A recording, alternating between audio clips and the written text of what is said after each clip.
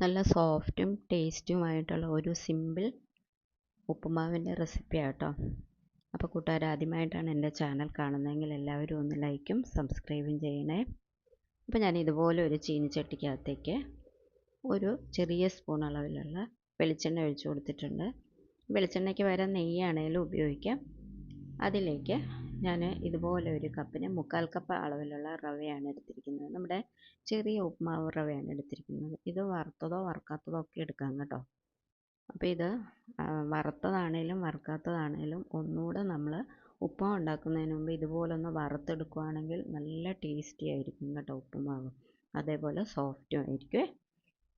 ഇതൊന്ന് വറുത്ത് ചെറിയ തീയിലിട്ട് വറുത്ത് വരുമ്പോൾ ഒട്ടും കരിയാൻ പാടില്ല. ചെറിയൊരു കളറ് ചേഞ്ച് ആകുമ്പോഴേക്കും നമുക്ക് ഇത് ചീനിച്ചട്ടിയിൽ നിന്ന് മാറ്റി കൊടുക്കാം. ഇനി അതേ ചീനിച്ചട്ടിയിലേക്ക് തന്നെ ഞാനൊരു 2 സ്പൂൺ അളവിലുള്ള വെളിച്ചെണ്ണ ഒഴിച്ച് കൊടുത്തിട്ടുണ്ട്.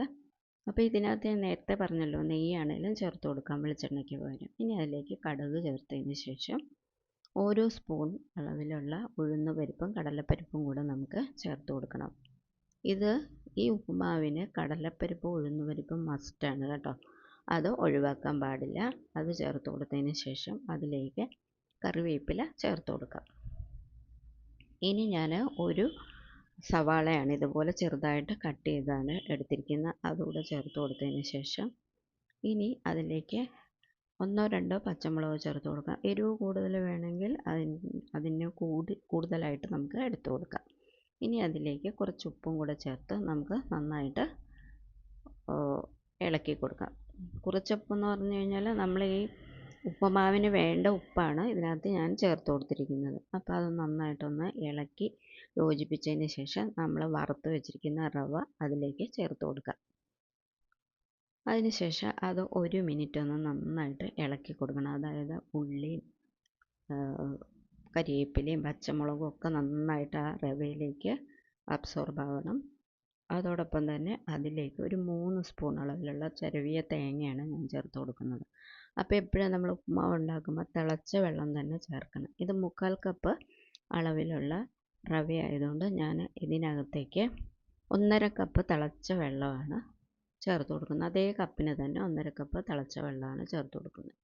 അതിനുശേഷം നന്നായിട്ട് ഇതുപോലെ ഒന്ന് ഇളക്കി കൊടുത്തതിന് ശേഷം ഒരു 2 മിനിറ്റ് ചെറുതീയിൽ നമുക്കൊന്ന് അടച്ചു വെക്കാം.